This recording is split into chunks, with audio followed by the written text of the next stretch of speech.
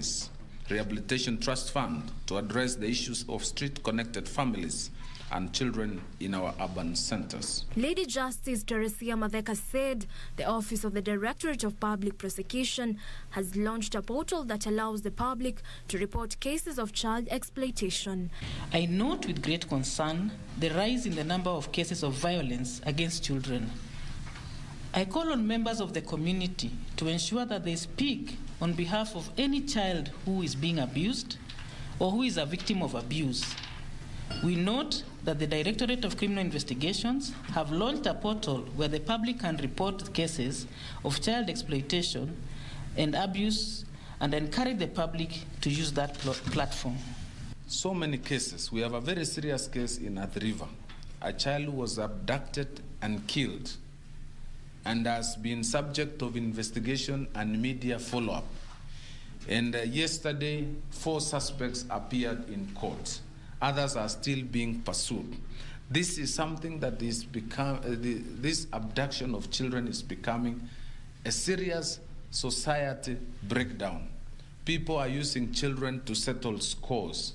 Meanwhile, calls to inculcate reading culture among Kenyan children also reverberated Wednesday. Thousands of primary schools on Wednesday attempted to break the read aloud world record by reading from the same book at the same time from multiple locations. Reading is important, so it's very important to have libraries in our schools. It's very important for us to have a reading culture so that then we can excel even in our academics. So education is SDG 4. If you look at what we are doing here today, which is about reading, which falls under the target 4.7 for literacy and numeracy skills, this is our contribution to enable children all over Kenya develop that reading culture. Education stakeholders highlighted that education is a fundamental human right and is indispensable for the achievement of sustainable development. For Channel 1 News, I'm Jacqueline Masharia.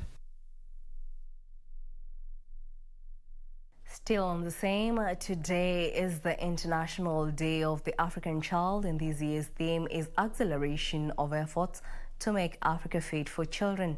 The question, how fit is Kenya's capital, Nairobi, for children? Our reporter Yusuf Ara had a day out in the streets to establish this. Let's take a look. Our day begins on the banks of the Nairobi River at the Kirinyaga Road. This is where they call home. Deceptive smiles.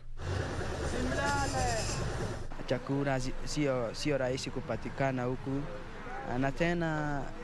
na tena maguo kupata ni ngumu. Sisi tunakibisha huku usiku na makarao. Yani kuumizwa, tunaumizwa tu sana. Hata jana mimi nimeumizwa hapo. Walinigonga kaniangusha, nilikuwa nalala hapo Tomboya. They too are humans affected by perceptions. Watu wa kawaida wanaogopa, wanasema mimi ni mwizi. Hata jana niliwekelewa nimeiba mataa ya gari, no mimi sijawahi iba. No nilikasirika sana. Angalia hizi mali zetu zote hapa, sisi tunarokota hapa maskrepa. Wanadhania kasi tunaiba, wanatupiga bure. Tears flow freely. Kibira, nilikuwa naishi na mamangu. Nilipata mamangu amekunywa pombe. Akachukua stove akawasha, akaweka kisu kwa moto. Alafu akanichoma. Their struggles. Watu tunapigwa na marungu za jembe. Zile marungu za jembe zile. Unapigwa na hujafanya makosa. Sasa hiyo mtu akipata pesa ni chakula, unajua lazima fikirie chakula vyatakula, yani vyatakula unajua vyata maintain mwili yake. Sasa unaelewa, sama mba maska huwezi. In the Kibra informal settlement, the tales are no different. Tunakosa mask. Food sometimes baba endi kazi. Sasa inabidi tu mama ende afulie mtu, akuje ndo anipe tukule kidogo yenye tunapata. Bora tupate kitu yenye tutakula. Clearly, more needs to be done. The awareness is growing that we must do something, that we must offer to these children some more opportunity. Also, this needs a far-sighted policy on the side of the government. What are the root causes of this? It's our responsibility to ensure that we talk to them, try to ask them where they come from, and then take them to the nearest government administration office, a place that they can get help. Despite the challenges, the sky remains their limit. Nataka niendeshe ndege juu. Kusoma naweza kuwa mtu wa wedding, kuchomelea. It's obvious that there's still a lot that needs to be done to cushion the lives of the street children and families living in informal settlements. And as Kenya joins the rest of the world in celebrating the Day of the African Child, the children can only hope that the government will listen to their pleas and make their future days better for them. Reporting for Channel 1 News from Kibera, Nairobi County, my name is Yusufar. Well, that report by Yusufar brings us to a fast break here on Channel 1 News Hour. Don't go too far. We'll be right back.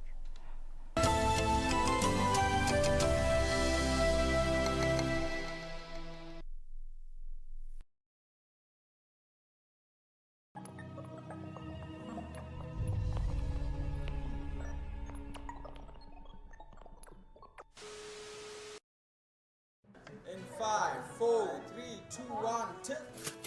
It is a great pleasure to be back on KBC Channel 1.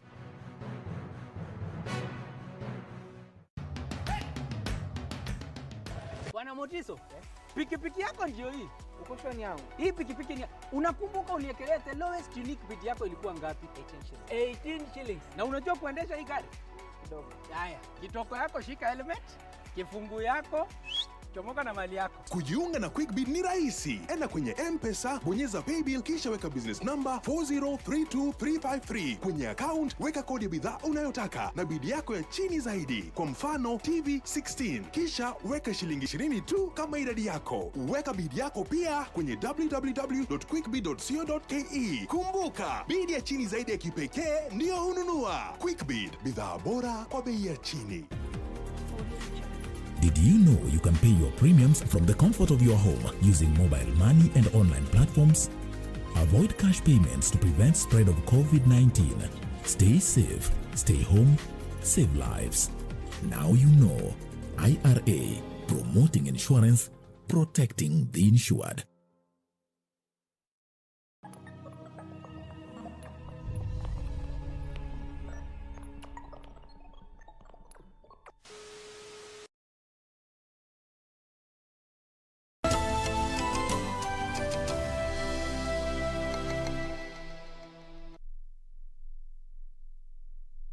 Welcome back. The High Court has barred any investigations on the 6 judges left out of gazettement by President Uhuru Kenyatta. Now, in a petition filed by lawyer Bernardo Dero Kello, the court quashed the commission from convening or recommending action against the 6 judicial officers based on the alleged report sent by the president on his refusal to appoint them. In a petition filed by lawyer Bernard Odero Okello, the court has barred any action amounting to subjecting the 6 judges left out by President Uhuru Kenyatta to any disciplinary process. Justice James Makau gave orders prohibiting the Judicial Service Commission from consideration, publishing, or making public the report by the president that formed this basis for refusing to appoint the 6 nominees. The court also barred any investigation, prosecution, and consideration of any petition or recommendation for the removal and or initiation by the Judicial Service Commission on its own motion and or interference with the functions of the 6 judicial officers based on alleged reports sent by the president. The Commission was also restrained from convening or recommending action against the 6 judicial offices.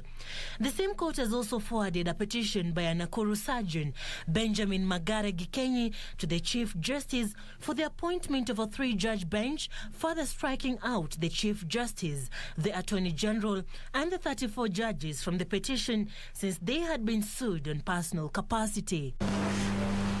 Meanwhile, the court has sentenced Sheikh Furhan Hussein to an uncustodial sentence with a fine of 3.5 million shillings on 3 counts, including human trafficking.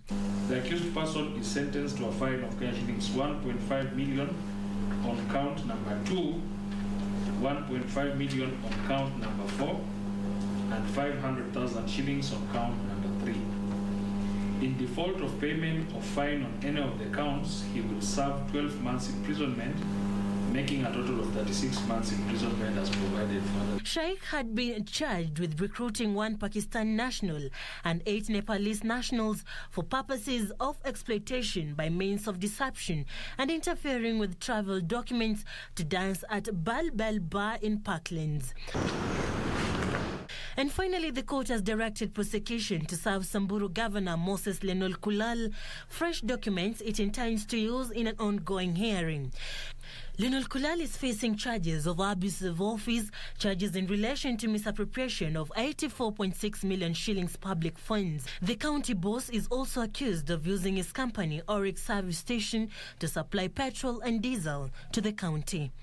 For Channel 1 News, I'm Sarafina Robbie.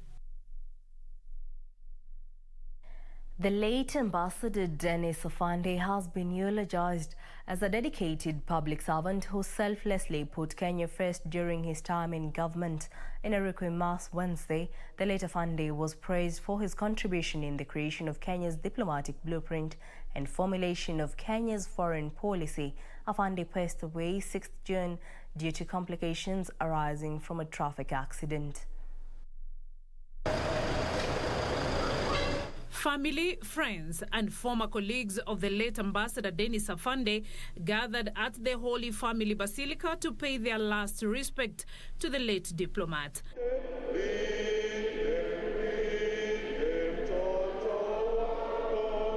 Afande was commended for his great contribution in the building of Kenya's image abroad when he served in Kenya's foreign missions.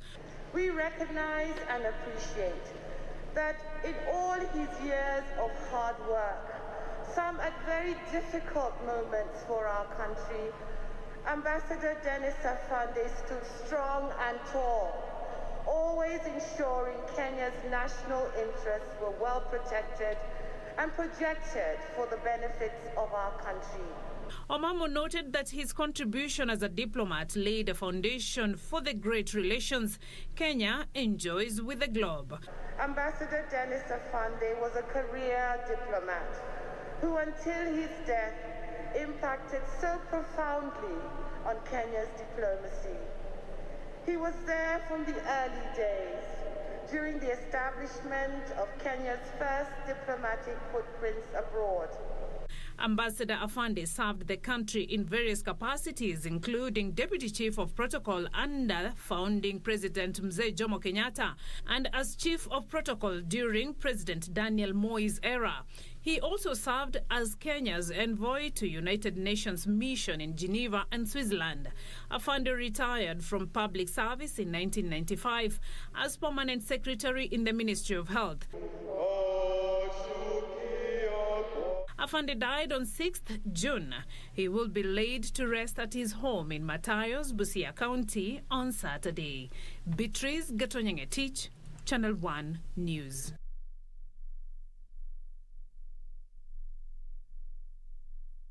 May he rest in peace. Now, police in Ruiru have launched a manhunt for a man claimed to have killed his lover. 29-year-old Rosemary Washeke was attacked by the alleged husband in the house in Watalam area in Ruiru last night. Meanwhile, police in Meru are investigating the shooting of a businessman in Gitimbene, Meru County.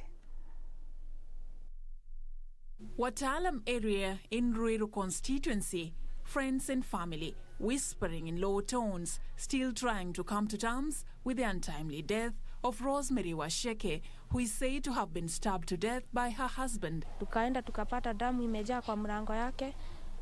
Vidole zake mahali alikuwa anajishikilia, hii mkono iko tu hapo, mahali alikuwa amejisaidia tu kujishikilia apate mtu wa kumsaidia, hakupata, ndio akaanguka hapo kwa hiyo mlango yake. Hapo damu imejaa. Mimi mwenyewe nikatoka hapa nikaenda huko kwake. Ndio nikakuta watu wameungana pamoja. Nikasimama hapo nikaulizia kwani ni nini? Kaniambia hapa kuna msichana aliuliwa usiku na wamjui. The deceased is said to have complained of receiving several threats from her husband before she was murdered. Sio mara ya kwanza wanakaanga wakichapachapana.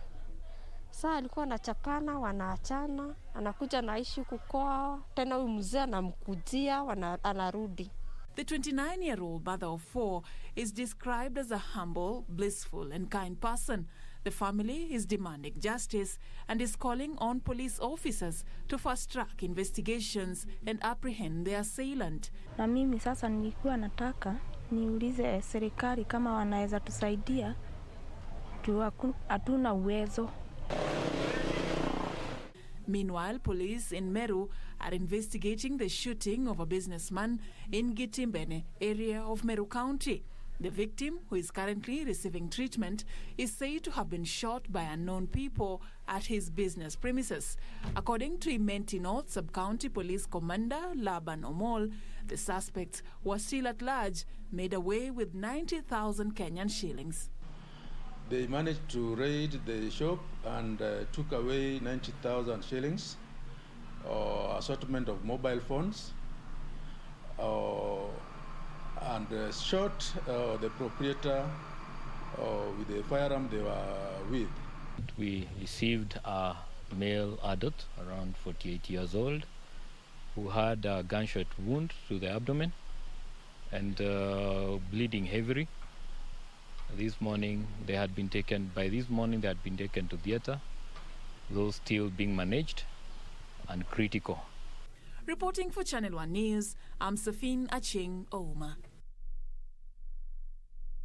Now, National Assembly Speaker Justin Muturi has banned Chief Administrative Secretaries from appearing before departmental committees to respond to questions on behalf of Cabinet Secretaries in what appears to be a departure from his previous ruling. Muturi says lawmakers are facing difficulties in getting satisfactory responses to their questions when Cabinet Secretaries decide to delegate their duties to the Administrative Secretaries.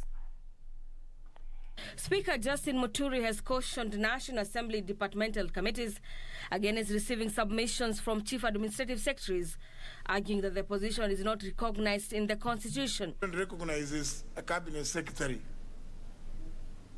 or a Principal Secretary. Those others, they can do those other things, go around there to do a few things, including discussing issues about FGM and others, but not this. The thing of giving an undertaking is a serious matter, because, and that's why we have a committee on implementation, so that if a cabinet secretary gives an undertaking and it is not done, then our committee on implementation can hold somebody, a substantive office holder, not those others. Now, you notice even our standing orders don't make reference to those people. Attempts by departmental committees to seek answers to questions raised by legislators have previously been proven difficult due to unsatisfactory responses given by Chief Administrative Secretaries. Those people, you are calling them CAS. They have no authority to give an undertaking. In fact, if it is something that where an undertaking is to be given, especially if they are doing it orally, that's now, when they do it orally, that is roadside. It can be, that's the equivalent of a roadside declaration. If it is to be in writing, it must be written, it must be under the signature of the Cabinet Secretary. Some committees being forced to adjourn their sittings until the cabinet secretary in question appears in person. In April this year, High Court Judge Anthony Murima ruled that the position of the Chief Administrative Secretary is unconstitutional. For Channel 1 News, I'm Gladys Mungai.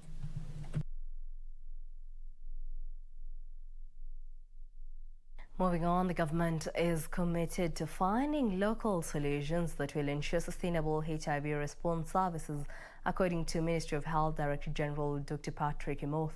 The government will soon adopt a sustainable HIV model to effectively cater for the needs of the 1.2 million Kenyans living with HIV.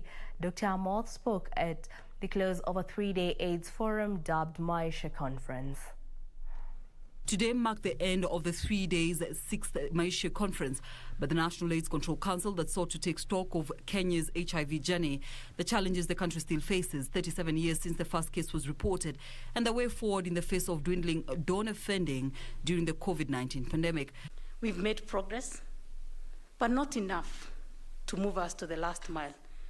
So our partners represented here today, we want to say thank you for joining this fight, but also to say don't abandon us at the last mile. Because during the last mile, we need a push. We need to go at it with everything that we have. We are signing up to new targets. Targets are so ambitious that we hope that indeed, as the world has said, that in the next 5 years, we shall be able to ensure that everyone who requires an HIV diagnosis to be put on treatment, access that tests, and is put on treatment, their virus suppressed, and they're able to live a dignified life. The conference, whose theme was towards the last mile, resilience and innovation, resolved that as a country, Kenya must adopt new strategies to look for homegrown solutions to ensure the 1.2 million people living with HIV are able to access services and the life-saving drugs and work towards elimination of new infections. Speaking while officially closing the conference, Director General in the Ministry of Health, Dr. Patrick Imoth, said the government is committed to ensuring it finds local solutions, which began with the allocation of 9 billion shillings in this year's budget towards HIV response services and commodities. It's not only in that sphere, it's because of the rebasing of our economy and also now being classified as a middle-income country. We need to be able to put more into the pot for our people than relying on donors. You have seen the challenges that have come with COVID-19, when even the development partners have to be able to reprogram some of their support to be able to deal with issues back home, and therefore putting us in a very precarious position. That is why we want to promote local manufacturing of everything, be it vaccines, be it pharmaceuticals, be it non-pharmaceuticals. And because the government cannot be able to do that alone, the private sector will also be a critical anchor in delivering that mandate. On his part, Professor Kenneth Ngugi, who is the chair of the Maisha Conference, emphasized on the need for more deliberate involvement of men in the HIV fight and adoption of a multi-sectoral approach in the HIV response. It's need to instigate ways to engage men prior to linking them to care. There's also need to roll out health education and mentorship program targeting men, both old and young. And additionally, which I know most of the audience would like to hear again, is good to meaningfully involve women when discussing issues that affect men. A National AIDS Control Council 2020 report indicates that Kenya recorded 32,027 new HIV cases. During the conference, NSCC awarded various people for their efforts to support various HIV response programs in the country over the years. Applause. Caroline Kamar reporting for Channel 1 News.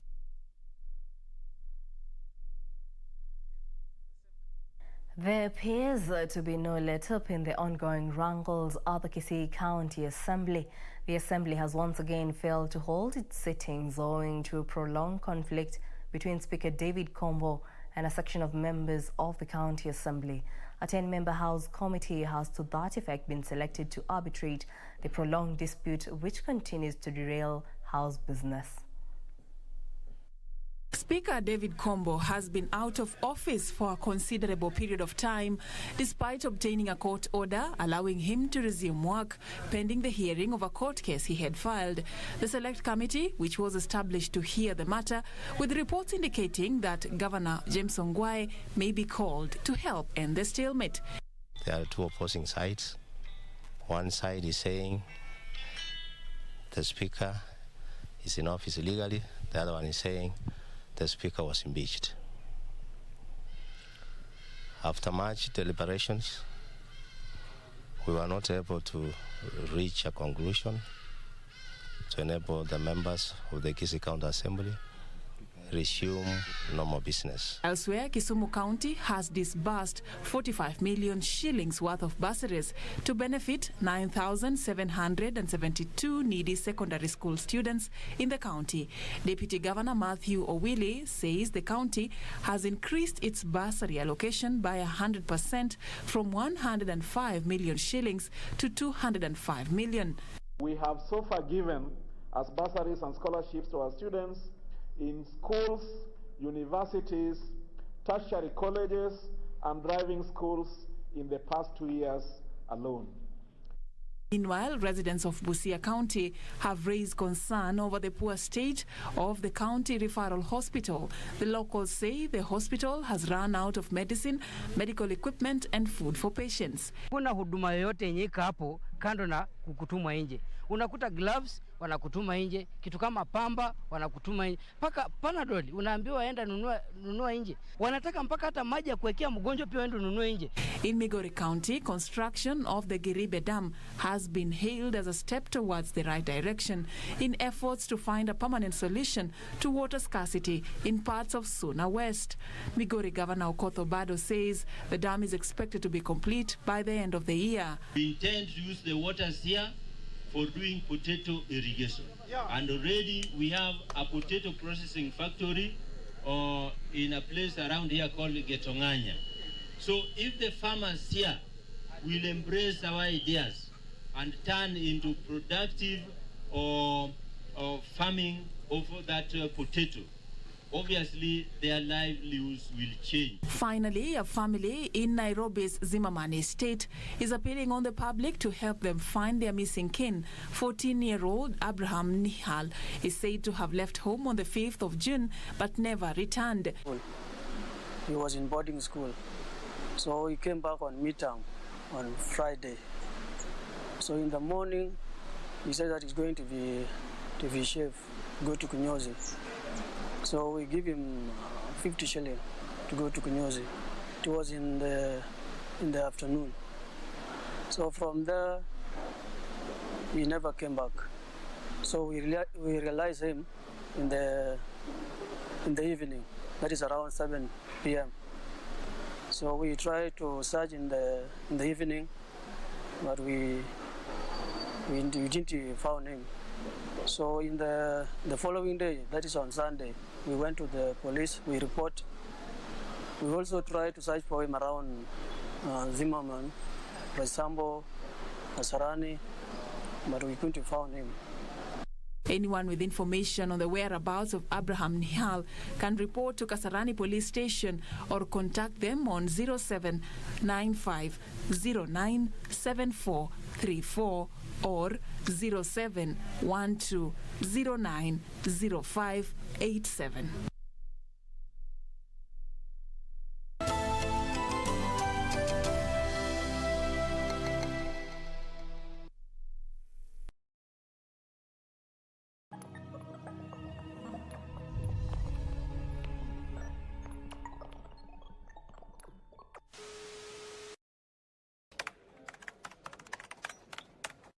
So what is my number one favorite football team?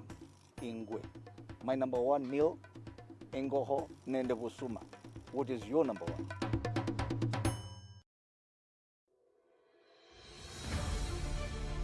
If you have been in contact with someone who is suspected or has tested positive for COVID-19, self-quarantine for 14 days and call 7194 for help. Self-quarantine restricts movement and the spread of the disease and protects your family, friends, and community from being infected. During self-quarantine, you are advised to stay in a separate room, disinfect surfaces and clothing with appropriate disinfectant, avoid sharing household items, including utensils, towels, and beddings, do not receive visitors, wear an appropriate face mask if you must be around other people. COVID-19 is preventable. Protect yourself, family, and the community. This message has been brought to you by the Government of Kenya and its partners. Kupata skiza tune ya usifadhaishwe, dial star 811 star 815 hash.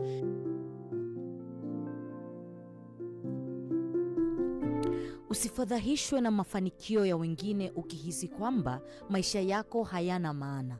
Kumbuka, wengi huzungumzia tu mafanikio yao na si changamoto walizozipitia na ni mara ngapi walianguka. Tia bidii, muda wako utafika. Ili kupata skiza tune hiyo ya usifadhaishwe kwa simu yako, dial star 811 star 815 hash. Star 811 star 815 hash.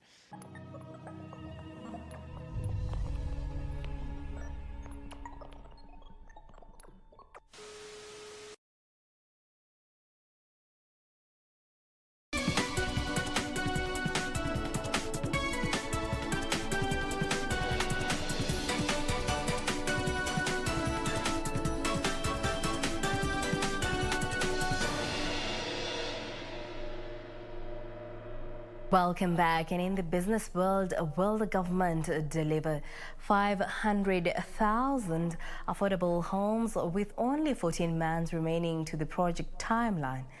So far, only 1,500 units have been delivered in Nairobi, with the project facing delays in land acquisition and private sector apathy.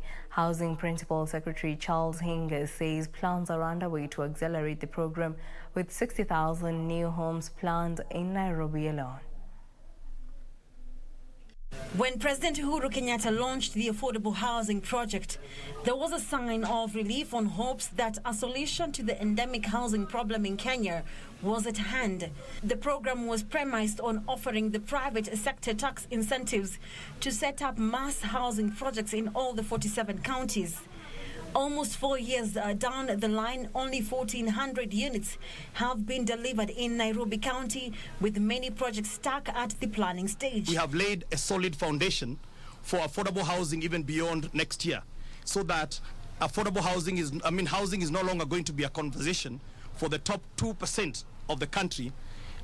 A journalist, a boda rider, mama mboga, a juakali artisan are proud new homeowners in this country. The 1,370 units in Park Road have been handed over to the owners.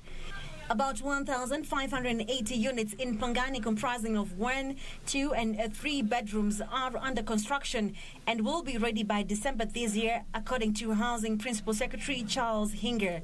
Tenant purchase schemes have been proposed to enhance affordability, especially for the sitting tenants, who will be given the first priority.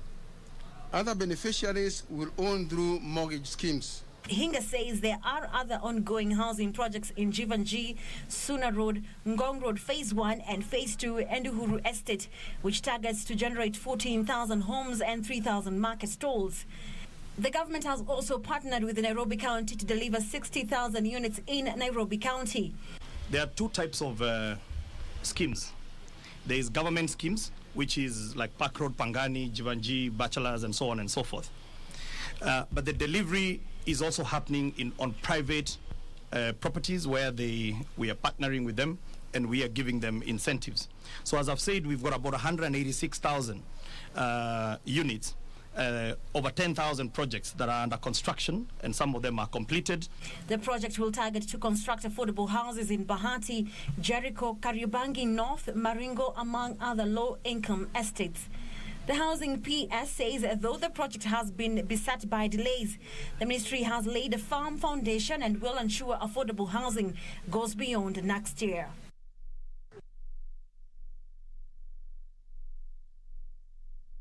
Is inching closer to publishing a Data Protection Act that seeks to safeguard public data held by state and non-state actors. The regulations are 2 steps away from becoming law, with the Senate expected to finalize its scrutiny of the regulations later this week. The chair of the Senate Committee on Information and Technology, Gideon Moy, says the committee will forward its final recommendations to National Assembly next week. Data Protection Act 2019 seeks to control how organizations, businesses and the government access and use personal information, employing safeguards to protect unfair and unlawful access to personal data. The government is a big custodian of personal information like date of birth, health records, education data for millions of Kenyans and foreigners. Speaking in Mombasa, the chair of the Senate Committee on Information and Technology, Gideon Moi, says they will be reviewing the draft data protection regulations, draft National Addressing Systems Bill, and Critical Infrastructure Bill, which lays focus on the country's telecommunication and technology infrastructure. Committee on ICT to have various deliberations, and mainly to do with the data. We're reviewing the data protection regulations, and also the we're reviewing the national addressing system, which is pivotal, especially concerning the e-commerce in the country. Moi says with the growth of the e-commerce and the digital space, there's a need to adapt the changing landscape for Kenya to remain competitive. The Kenya Data Protection Task Force was established on January 15th by ICT Cabinet Secretary John Sheru to operationalize the Data Protection Act. Reporting for Channel 1 Business News from Mombasa County, I'm Michael Mandiga. The Kenya Electricity Generating Company plans to cut green gas emissions through investments in clean energy. KenGen is targeting to fetch close to 120 million shillings by investing in green energy projects. The energy firm says it has committed to the United Nations Charter on curbing green gas emissions by disclose its greenhouse gas emissions annually as a way of checking and reducing its carbon footprint. Data on climate action indicates that if governments and businesses do not slow global emissions, temperatures could rise to about 3 degrees Celsius by 2100, causing irreversible damage to the global ecosystems. A campaign dubbed Business Ambition for 1.5 degrees has been started, backed by a global coalition of the United Nations leaders, business organizations, and non-governmental organizations. Currently, KenGen produces about 72% of the electricity consumed in Kenya, with over 80% of this being sourced from renewable sources. The company, which has a total installed generation capacity of 1,818 megawatts, has been focusing on renewable energy development, including the latest Olkaria 1 AU6 geothermal project, which is envisaged to add 83.3 megawatts to the national grid this year. Apart from green energy generation, the company is targeting the Clean Mechanisms Development Initiative. So far, Science-Based Targets organization indicates that over 500 companies representing more than $13 trillion in market capitalization have responded to the open letter from global leaders and signed the Business Ambition for 1.5 degrees commitment. Alan Auko, Channel 1 Business.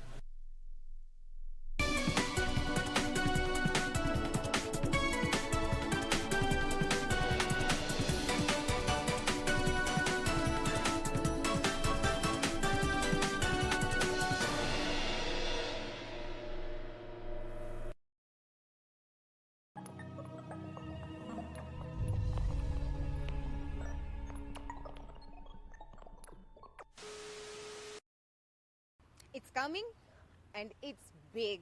Believe me. Keep watching.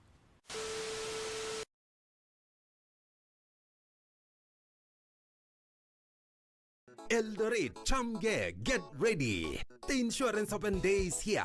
The Insurance Regulatory Authority, in partnership with the County Government of Uasin Gishu, is bringing the insurance message to you. Join us from 16 to 18 June 2021 at the Central Primary School grounds and learn about insurance. Insurance companies and other financial regulators like the Retirement Benefits and the Capital Markets Authorities will be present to educate you on the various financial services and products available in the market. IRA officers will be present to address any concerns and clarifications on your insurance policies. Entry is free and all Ministry of Health COVID-19 protocols and guidelines will be observed. Get to Eldoret. IRA, promoting insurance, protecting the insured.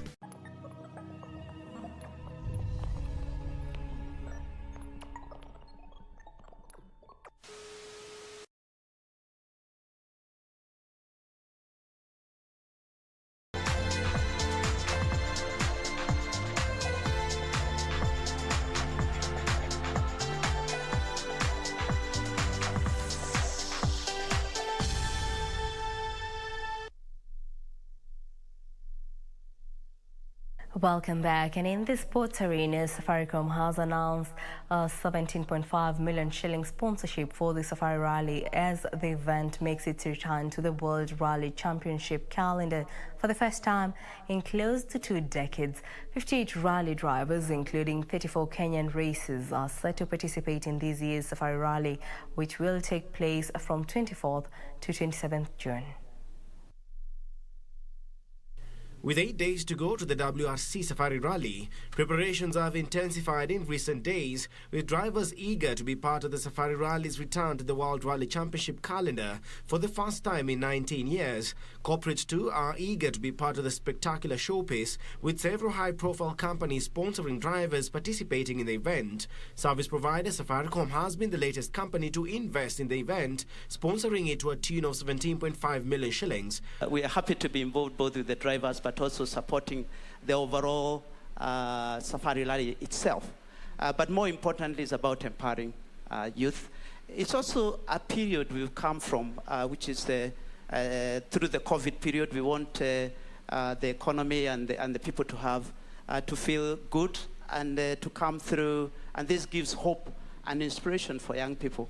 The sponsorship includes 15 million shillings, which will go towards supporting 3 young Kenyan drivers selected as part of the FIA Rally Star program. This is a global initiative aimed at identifying, training and developing talented drivers between 17 to 26 years. Young talented drivers join at age not above 27, and they're mentored for a period of 2 to 3 years. The idea is to get them driving into WRC events. We are starting with the WRC Safari Rally. We hope that we will be able to secure training for these youngsters in Europe. The 3 Kenyan drivers who have been selected for the FIA Rally Star program include Jeremy Wahome and Hamza Anwar, who are both aged 22 years, as well as 26-year-old Mikre Muturi Kimathi. The core of all the programs that we're doing in sports are the youth, because that really is the future. That's the pipeline that we must continue to broaden so that it doesn't close at the end of the day, because we owe it. We owe it to ourselves, but more importantly, we owe it to all the generations that come after us to keep that pipeline, broad and open. 58 rally drivers, including the 4 Kenyan racers, are set to participate in this year's Safari Rally, which will take place from the 24th till the 27th of June.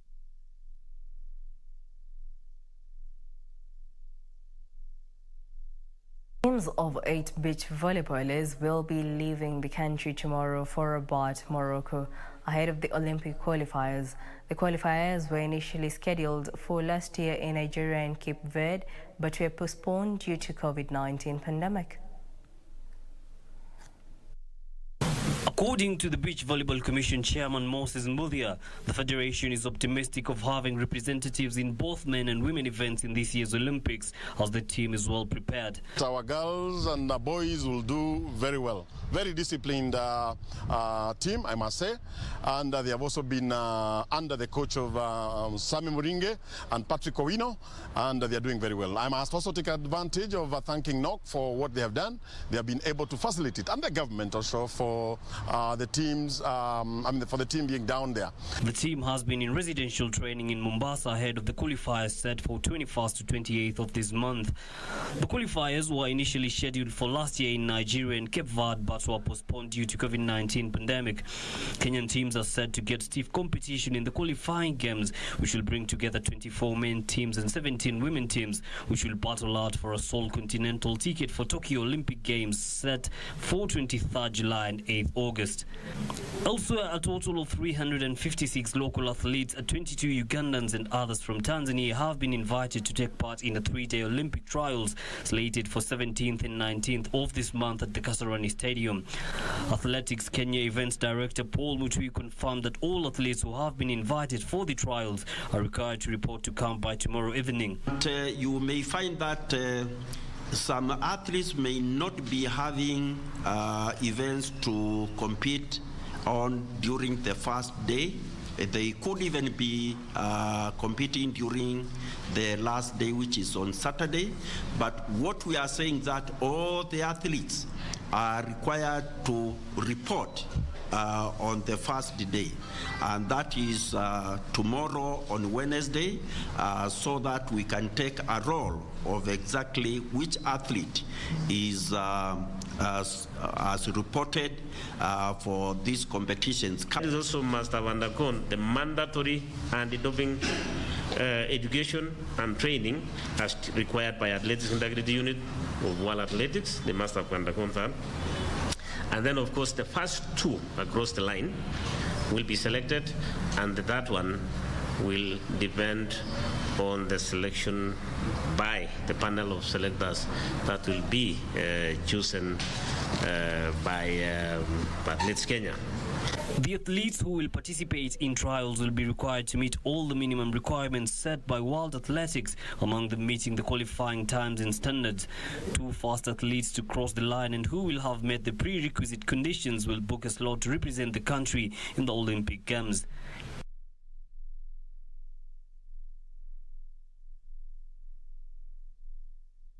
Kevin Durant scored 49 points, grabbed 17 rebounds and dished 10 assists as the Brooklyn Nets stormed back and beat the Milwaukee Bucks 114-108 in Game 5 of the Eastern Conference semifinals in New York. The Nets will have a chance to move to the Eastern Conference Finals on Friday morning. The Nets have not made it past the conference semifinals since 2003. The Brooklyn Nets, who overcame a 17-point third-quarter deficit, lead the best-of-7 series 3-2 thanks to one of Kevin Durant's most impressive postseason performances that helped them beat the Milwaukee Bucks 114-108. Durant set a franchise record for points in a playoff game, breaking the mark of 43 set by Vince Carter in 2006. Durant with a three-pointer over. Jay Tucker defending Kevin Durant, takes it to Durant. Durant out to Green for 3.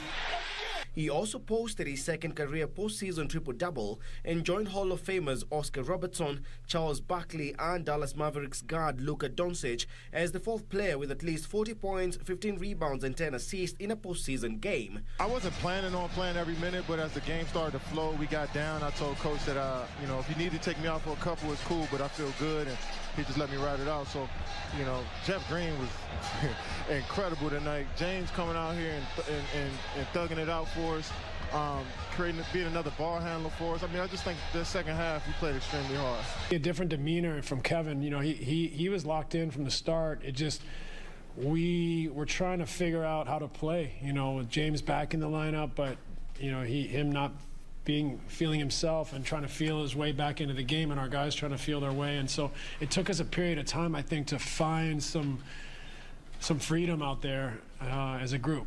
Giannis Antetokounmpo led Milwaukee with 34 points and 12 rebounds. Chris Middleton added 25 points, and Drew Holiday chipped in 19 for the Bucks. One of the best scorers to ever play the game. It's tough. It's tough.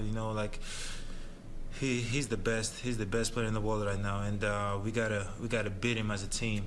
The Nets would advance to their first Eastern Conference Finals since 2003 if they can win Game 6 on Friday morning in Milwaukee.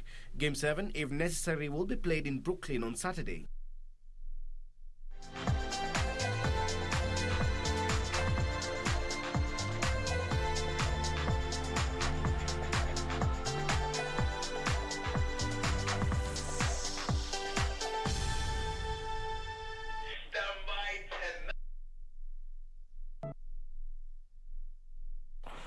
Well, that brings us to the end of our bulletin tonight. Thank you for keeping it a Channel 1 News Hour. For more news, check out our website at kbc.co.ke. My name is Jacky Wambiru. Our sign language interpreter is Anwangeshi. Have a good night.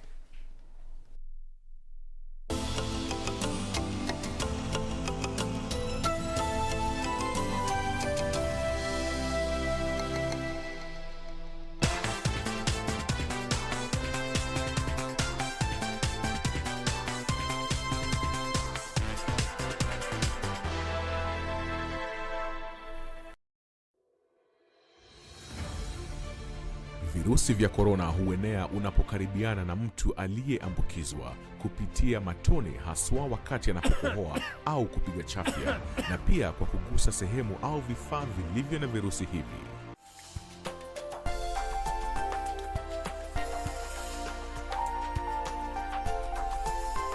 Jitenge kisha piga nambari 719 ili upate usaidizi. Mtu yeyote anaishi na maradhi sugu kama